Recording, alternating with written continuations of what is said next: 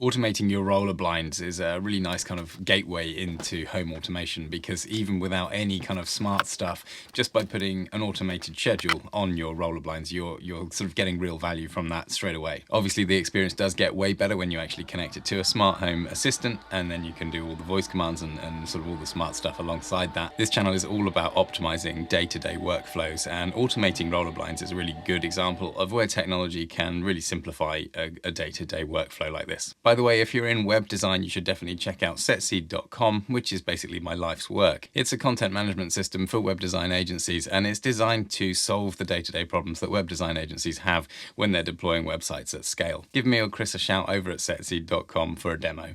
I think one of the most important things whenever you're thinking about upgrading something you've already got to a kind of smart version of it is that the process of making it smart doesn't take away from the kind of role that it already has. So the upgrade shouldn't take away from its legacy functionality. So in the case of roller blinds, what I'm talking about is everyone knows that with a normal roller blind, you can just walk up to it and pull the chain and it will open and close. And the same thing can happen with smart lights as well. So obviously everyone understands that a light switch on a wall will control the light, but normally the process of making your lights smart is by replacing the bulbs, and then you need the power switch to be left always on. So what tends to happen is you end up with a blanking switch over your existing light switch, and that actually makes the experience much worse for someone who doesn't really understand or want to get involved with the smart functionality.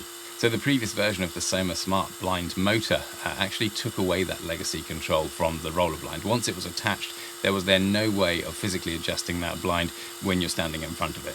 The version 3 though solves that problem quite elegantly by adding a swipe gesture control to the surface of the unit. So you still actually can't pull the chain, so there's a little bit of a small learning curve to explain to someone how the blinds work, but it's extremely simple, and I think once you've said it once to even someone who's completely uninterested in this kind of technology would get the idea of using these blinds just by swiping across the surface of the unit. So also on this channel I reviewed another kind of automated roller blind by SmartWings, and that was one where the motor was actually built into the roller blind itself, so there's nothing hanging down the sides of the window. Now that does look nice and neat, but again, it actually in its default form takes away from that native functionality that most people expect from a roller blind. You have to kind of use the remote control, and obviously, then you've got the likelihood of the remote being left in a reasonable place and so on. So these problems are pretty inherent in a lot of these kinds of products, but this version 3 Soma unit does do a good job of avoiding that problem. So one of the most significant parts of this Soma product is that it's a retrofit unit. So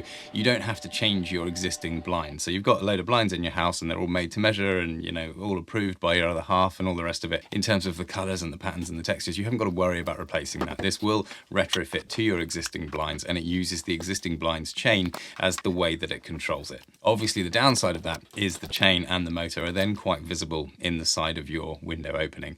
Obviously the ones that are integrated solve that problem, but then you have to replace the whole blind to achieve that. So I'm a really big fan of this retrofit approach. I think it allowed us to convert a lot of our blinds in this house with the old version 1 units, even though it had that compromise of the native functionality, but now that's been solved in this version.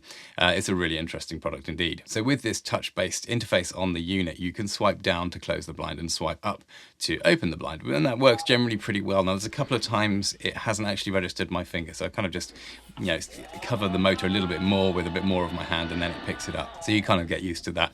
I think that could be made a little bit more reliable, but obviously this isn't the primary way that you're using the blind. It's a nice little backup there. If you have to swipe it twice for it to work, I don't see that as a huge issue.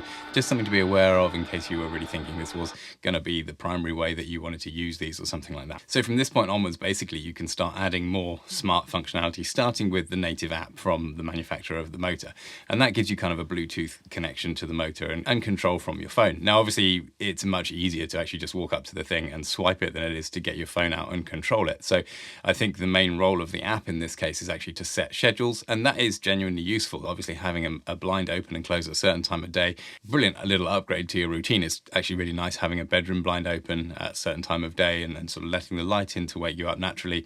So that works really well, and even without any kind of hub or anything like that, the timing and the schedule actually gets saved onto the motor, so you can be out of your house and the blinds will still operate according to the schedule that you've set up there. Another thing you can do in the app up is set the speed that the motor will run at. So you can go from super quiet and very slow to actually now in the version 3 ridiculously fast and still not that loud. So this is one of the most significant updates here with the version 3 unit. The motor itself is really quiet and really powerful.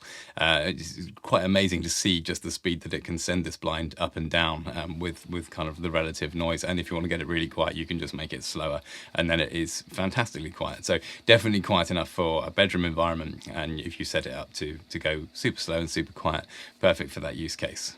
Here's a little sound test that just shows the difference. So this is the same microphone with the same audio levels, and literally just before and after I switched from the old motor to the new one in the same window position here. So give you a good indication as to the very serious improvement in both power and sound here.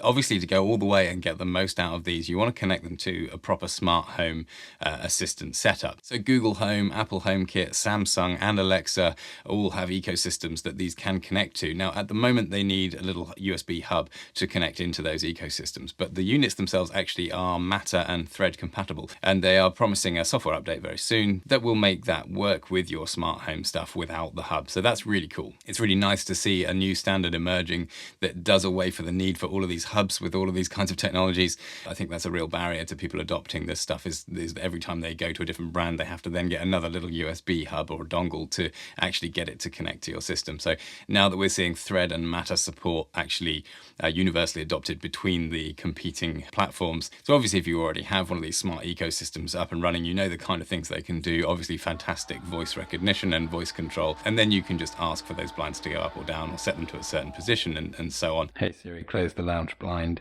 And then, of course, there's all the geofencing stuff that lets you set up the blinds so that they can close when you leave the house and open when you come back and things like that. So there's a lot of fun to be had once you start getting the proper smart assistant automation stuff going on. Another really welcome improvement in this version is that it uses USB-C to charge the battery inside now, instead of this weird sort of headphone style connector that the version 1 unit had. And the interesting thing is they say the battery life is going to last between 4 and 12 months, which I think is absolutely fantastic. That's definitely a long enough interval just for the recharging routine to not be a worry at all. That's not going to be inconvenient on any level if it's that kind of frequency. They do also offer a solar panel if you wanted to stick that into your window and have it always sort of trickle charged, but I don't really like the idea of taking any kind of space out of the window or blocking that for that purpose. It's much easier with this kind of battery life just to use a USB battery bank, I think, to charge it up every now and again. So overall, a massive update in many ways compared to the version 1. It is a little bit of a shame to see it grow so much in size.